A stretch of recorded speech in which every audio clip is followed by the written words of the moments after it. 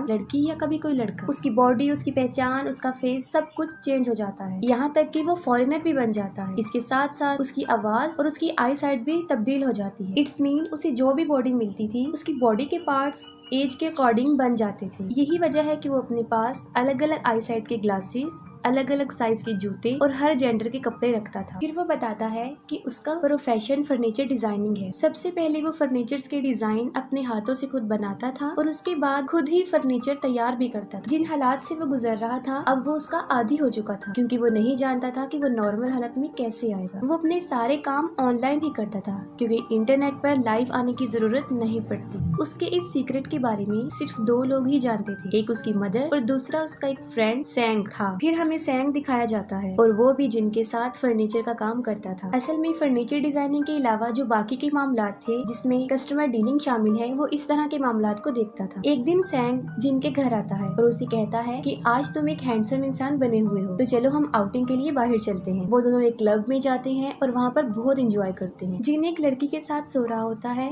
और जब उसकी आंख खुलती है तो वो देखता है कि वो एक बूढ़ा शख्स बन गया। उसने अपने सारे फेसेस के वीडियोस एक लैपटॉप में कैप्चर किए होते हैं। वो बताता है कि जब वो फॉरेनर बनता है तब वो अपनी नेशनल लैंग्वेज नहीं बोल सकता, बल्कि वो जो भी फॉरेनर बनता है जिनमें जापानीज, चाइनीज, तो वो उन्हीं की लैंग्वेज बोलता है, जबकि उसने कभी वो सीखी भी नहीं होती। इस बदलती हुई आइडेंटिटी की वजह से उसे ना तो कभी कोई अच्छा लगा और ना ही कभी उसने किसी से प्यार किया। और इस बॉडी चेंजिंग की स्टार्टिंग आज से तकरीबन 12 साल पहले हुई थी, जब जिन 18 साल का था। फिर उसके पास्ट का एक सीन दिखाया जाता है कि जब वो सोकर उठता है वो खुद को मिरर में देखता है, तब वो एक अजीब इंसान बन चुका होता है जिसे देखकर वो काफी डर भी जाता है। फिर वो अपनी मदर के पास जाकर ये सब बताता है और वो सुनकर काफी हैरान हो जाती है, लेकिन किसी तरह वो उसे संभाल लेती हैं और उसे सॉरी बोलती हैं। जिन बाकी लोगों की तरह एक नॉर्मल लाइफ नहीं गुजार सकता था और यही वजह थी कि उसे स्कूल को भी लीव करना पड़ता है। एक तरफ जब उसकी एज के सारे बच्चे स्कूल जा रहे थे तो दूसरी तरफ वो अपनी लाइफ को बैलेंस करने में बिजी रहा। एक दिन सैंग जिनके घर कुछ सामान लेकर जाता है, तब एक मिडिल एज लेडी दरवाजा खोलती है और वो सैंग को खाना ऑफर करती है। सैंग समझता है कि शायद ये जिनकी मदर है, लेकिन फौरन वहाँ पर जिनकी असल मदर आ जाती है। तब उसे पता चलता है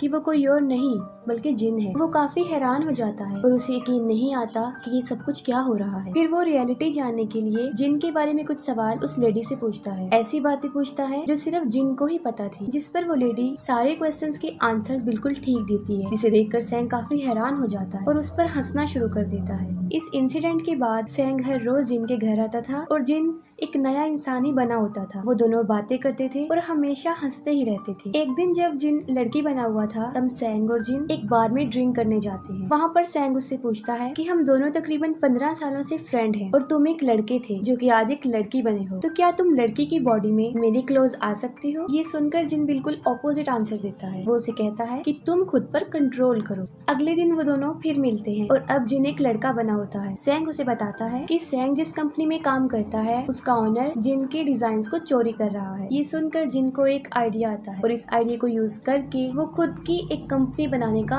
डिसीजन लेते हैं और उस कंपनी का नाम वो ALX चूज करते हैं। उसी वक्त वो लोग ये भी डिसाइड कर लेते हैं कि जिन फर्नीचर के डिजाइन बनाएगा और सैंग लोगों को हायर करके उन्हें सेल आउट करेगा। पहले जिन सिर्फ फर्नीचर मेकर होता है, लेकिन अब वो फर्नीचर मेकर और सप्लायर दोनों बन जाता है। फिर एक दिन जिन फर्नीचर शॉप पर जाता है और वहाँ पर वो कुछ नोट देख रहा होता है। इसी दौरान एक सू नाम की लड़की उसे देख रही होती है। वो लड़की सू उसी शॉप की वर्कर होती है। वो जिनसे पूछती है कि तुम्हें क्या चाहिए, जिस पर वो कहता है कि मुझे एक ऐसी चेयर चाहिए जिस पर बैठकर मुझे ऐसा फील हो कि मैं घोड़े पर सवार हूँ। ये सुनकर वो उसे ALX नाम की एक वेबसाइट दिखाती है और कहती है कि यहाँ तुम्हें सब कुछ बेस्ट मिल जाएगा, जिसका मतलब ये होता है कि वो जिनको उसी की बनाई हुई वेबसाइट सजेस्ट करती है। जिन उससे पूछता है कि क्या ये बात अलाउ है कि किसी दूसरे के सामान की तारीफ करना और फ्री में एडवर्टाइजमेंट करना। ये सुनकर सू हंसने लगती है। उस दिन के बाद जिन हर रोज सू को देखने उस शॉप पर जाता था और अलग अलग फेसेस होने की वजह से सू कभी पहचान ही नहीं सकी कि वो जिन है। आहिस्ता आहिस्ता जिन को सू बहुत अच्छे लगने लगती है और उसे उससे प्यार हो जाता है। जिन के पास सू की शॉप के बहुत सारी विजिटिंग कार्ड जमा हो जाते हैं और वो अलग अलग कस्टमर बन के वहाँ पर जाता है। एक दिन जिन जब एक हैंडसम लड़का बना होता है तब वो सू की शॉप पर जाकर कुछ परचेजिंग करता है और किसी न किसी तरह वो सू को डिनर पर जाने के लिए ऑफर करता है, लेकिन इसके लिए वो वो मना कर देती है, जिस पर जिन उसे कहता है कि ये क्वेश्चन पूछने के लिए उसने बहुत प्रैक्टिस की है और जिन की सिंसियरिटी नेचर को देखकर वो हाँ कर देती है। लेकिन जिन रेस्टोरेंट से खाना परचेज करके सू को अपनी फर्नीचर बनाने वाली जगह पर लेकर जाता है, लेकिन वो वहाँ जाने से इनकार कर देती है, जिस जिन उसे कहता है कि ये लो मेरा सेक्रेटरी नंबर, मैं कोई गलत इंसान नहीं हूँ, लेकिन इसके बाद भी अगर तुम्हें कुछ भी गलत लगे तो तुम इसकी कंप्लेन भी कर सकती हो।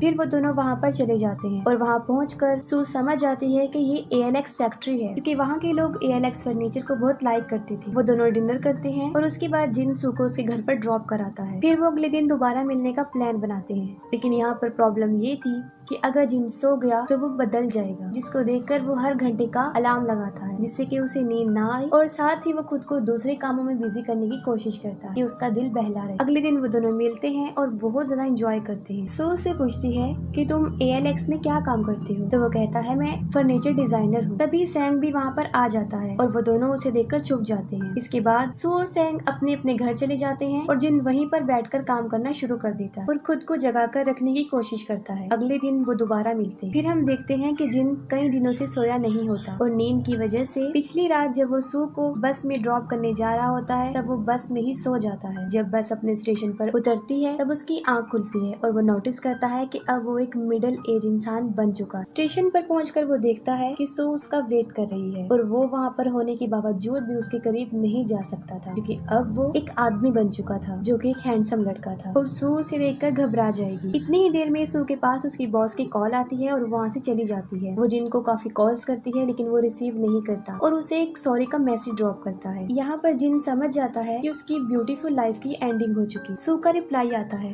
वो कहती है कि तुम कहाँ हो, मैंने तुम्हारा बस स्टैंड पर बहुत वेट किया। जिन डिसाइड करता है कि वो सू को ऐसे ही बगैर बताए नहीं छोड़ देगा, बल्कि वो सारी रियलिटी उसे बता देगा। अगले दिन जिन एक लड़की बना होता है और वो सू को कहता है कि वो मेरे साथ चले। वो कहती है कि मैं जिन के बारे में सब कुछ जानती हूँ। वो उसे लेकर अपनी फर्नीचर फैक्ट्री में आती है और जिन उसे अपनी सारी वीडियोस दिखाता है। उसकी अलग अलग फेसेस की सारी वीडियोस सू के सामने रिवील हो जाती है। वो सू को ये भी बताता है कि वो एक लड़का है और जब वो सोकर उठता है तब उसका जेंडर चेंज हो चुका होता है और इतने दिन से वो जिसके साथ घूम फिर रही है वो कोई और नहीं बल्कि वही जिन है। सू को इस बात पर बिलीफ नहीं होता और वो वहाँ से चली जाती है। काफी दिन गुजर जाने के बाद भी सू जिन को नहीं भूल रही थी। वो हर वक्त उसी के बारे में सोचती रहती है और फिर एक दिन वो उसकी फैक्ट्री में उससे मिलने जाती है। तब जिन एक जापानीज लेडी बना होता है और वो सू को अंदर आने को कहता है। सू उससे पूछती है कि क्या तुम वाकई ही मुझे लाइक करते हो, अगर हाँ तो तुम्हें मेरी एक बात माननी पड़ेगी और वो ये है कि मैं तुम्हारे साथ सोना चाहती हूँ और तुम्हें अपनी आंखों से चेंज होता देखना चाहती हूँ। सोते वक्त सू जिन से पूछती है कि ये सब कुछ कब से हो रहा है। तब जिन उसके सामने अपनी सारी कहानी एक्सप्लेन कर देता है और इसी दौरान सू को जिन की असल एज जो कि 29 थी पता चल जाती है और सेम एज सू की भी थी। फिर सू उससे पूछती है कि तुमने मुझे ही चूज क्यों किया। जिन उसे बताता है कि मैंने अपनी इस कंडीशन को एक्सेप्ट कर लिया था और इन सब का आदी भी हो चुका था, लेकिन तुम्हें देखने के बाद मैं खुद पर कंट्रोल नहीं कर सका। इसके बाद वो दोनों सो जाते हैं। अगली सुबह जब वो दोनों उठते हैं जिन वहाँ आ जाता है जो एक हैंडसम लड़का बन चुका होता है, यानी अब वो चेंज हो चुका था। जिन काफी खुश हो जाता है कि सू सब कुछ जानने के बाद भी उसके साथ है। इसके बाद वो दोनों एक साथ टाइम स्पेंड करते थे और हमेशा साथ रहते थे। वो दोनों एक हैप्पी लाइफ गुजार रहे थे। अगले दिन सू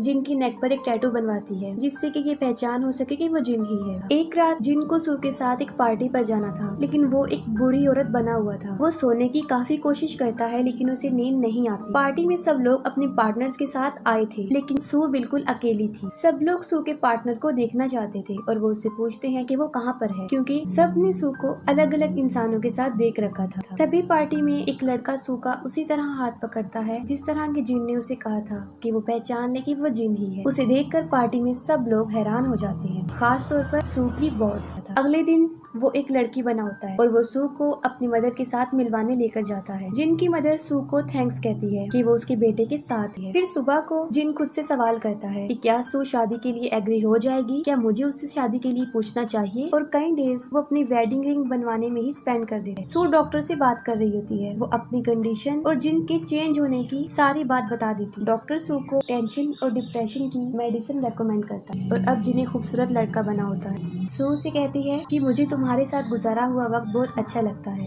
और दिल ये कहता है कि ये वक्त कभी गुजरे ही ना, और मेरी विश है कि तुम भी मेरी तरह एक नॉर्मल इंसान बन जाओ। फिर वो सू से पूछता है कि क्या वो मुझसे शादी करेगी, जिस पर वो कोई जवाब नहीं देती। फिर वो उसे उसके घर पर ड्रॉप करने जा रहा होता है और रास्ते में भी वो सू से पूछता है कि क्या वो मुझसे शादी करेगी। सू उसे गाड़ी रोकने का कहती है। सू उसे कहती है कि शादी कोई आम चीज नहीं है, मैं अपने घर वालों को क्या बताऊंगी कि एक ऐसा लड़का है जो हर रोज चेंज हो जाता है। उसकी बातें सुनकर जिन उसे कहता है कि जब मैं तुमसे दूर जाता हूँ तो मुझसे रहा नहीं जाता। सू उसे कहती है कि तुम सिर्फ अपने बारे में ही सोचते हो, कि तुम्हें पता है कि तुम कौन हो, तुम्हारी पहचान क्या है। मिरर में आज तुम्हारा फेस कुछ है और कल कुछ, और तुम्हें तो अपनी ही पहचान नहीं है। और तुम्हें तो ये डिसाइड करने में भी काफी टाइम लग जाता है कि मैं आज कौन सा ड्रेस पहनूं, कौन से जूते पहनूं और कौन से आई साइड का ग्लासेस लगाऊं। वो कहती है कि मैं ही बड़ी मुश्किल से इस बात को समझती हूँ कि यही जिन है, तो फिर मैं बाकी लोगों को कैसे बता सकूंगी कि आखिर में यही जिन है। और जिन सू की परेशानी को समझ जाता है। सू गाड़ी में आती है और अपनी टेंशन पिल्स लेती है। फिर सू हॉस्पिटल में एडमिट होती है और जिन भी वहाँ पर आ जाता है। तब जिन को पता चलता है कि सू डिप्रेस्ड पिल ले रही है और ज्यादा डोज होने की वजह से वो बीमार हो गई है। वो सू के सेल फोन पर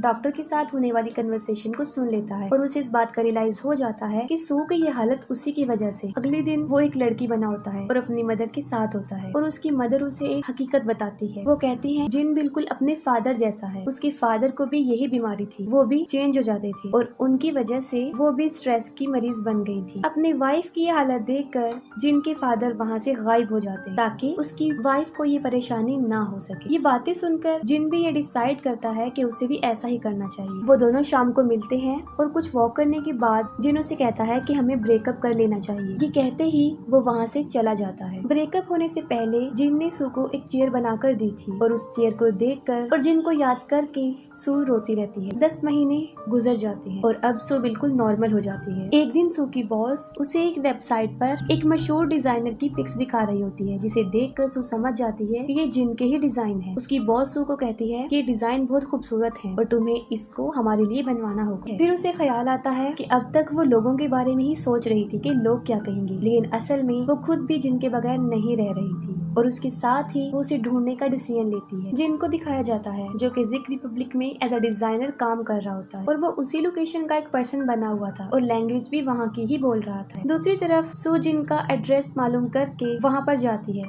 लेकिन जिन उसे कहता है कि यहाँ पर जिन नाम का कोई भी शख्स नहीं रहता। जिस पर वो कहती है कि मैं मामा स्टूडियो से कोरिया से यहाँ पर आई हूँ, जो कि एक बहुत ही बड़ी फर्नीचर मार्केट है, और वो उसे रिक्वेस्ट करती है कि उसे अंदर आने दे। अंदर जाते ही वो उस आदमी के अलग अलग ड्रेसेस, अलग अलग जूते और वही फर्नीचर जो जिन बनाता था वो देखती है। वो कहती है कि मेरी कंपनी को तुम्हारे डिजाइन बहुत पसंद है, इसी मकसद के लिए मैं तुमसे मिलना चाहती थी। इसके साथ ही वो कहती है कि जिन अब बस कर दो, अब मैं बिल्कुल चेंज हो गई हूँ और मैं तुम्हारे साथ रहना भी चाहती हूँ। जिन उसे कहता है कि तुम दोबारा बीमार हो जाओगी। वो कहती है कि उस बीमारी से ज्यादा ये दर्दनाक लाइफ है जो मैं जी रही हूँ, और वो जिन को सॉरी कहती है। साथ में वो दोनों वॉक पर चले जाते हैं। वो उसे बताती है कि एक दिन उसने जिन को चेंज होते हुए देख लिया था, जिसकी वजह से वो काफी डर गई थी और उसने खुद को काफी समझाने की कोशिश की, लेकिन वो खुद को नहीं समझा सकी। और वो कहती है कि मैं ये समझ गई हूँ कि मैं तुम्हारे बगैर नहीं रह सकती। और अब सू खुद जिन से शादी के लिए पूछती है और जिन उसे वही बनवाई हुई रिंग पहनाता है और यहाँ पर उन दोनों की लाइफ और फिल्म की हैप्पी एंडिंग हो जाती है।